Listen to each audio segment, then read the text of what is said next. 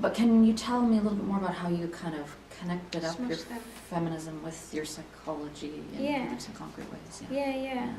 Yeah. Well, actually, as you bring that up, it made me realise another really standout moment for me about becoming kind of converted to feminism was reading Jane Usher's book. Was Misogyny or Mental Woman's Madness, Misogyny or Mental Illness. And there was, I'm sure it was her book, and it was at the very, very near the end, she wrote like one line about something about women will be liberated or we will be free when we're free from sexual violence, when there's no sexual violence left in the world against women. And that I was just like, that stood out to me so strong, because it had never, ever, ever occurred to me that kind of world was possible. And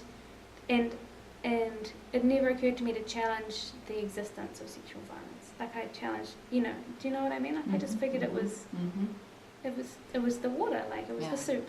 Yeah.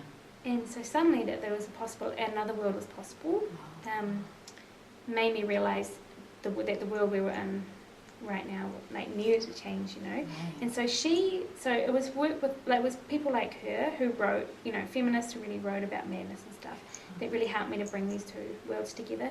But I I still don't. I think of my feminism in terms of my process rather than my content. Right. Like I definitely don't seek to just have like female participants, for example. But I do like to use gender as an analytic category as intersecting always with, like race, ethnicity, disability, sexuality, and class. And in terms of my process, I think of my feminism as really, really helping me to think through things like relations of power, to really embrace or value the richness of bodies and feelings and like different like epistemologies and ways of being in the world that can usually get really marginalised in a very heavily positivist discipline. And therefore using kind of more creative and collaborative methods, research methods. I was going to ask you to speak a little bit about methods and kind of your take on method in psychology. I really, really see the political value of quantitative methods, and I just can't. They're crazy making for me if I try and engage. If I try and design a quantitative research project, or even or like even a survey or something, right? Which is qualitative but can still be quite positivist.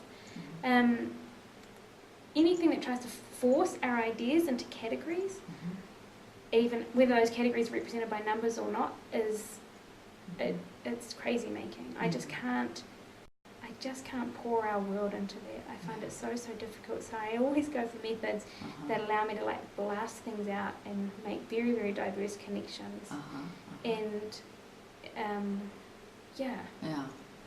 that don't force a priori the researcher's assumptions on the data in a way. Yeah. Which is a very feminist thing, right? To have the participants speak from their lives and then only afterwards try and make sense of it, right? As opposed to slotting people a priori into categories and asking them to respond in certain ways. Yeah. Exactly. So very emergent. I like really emergent where it's exciting. Yeah. It's so exciting.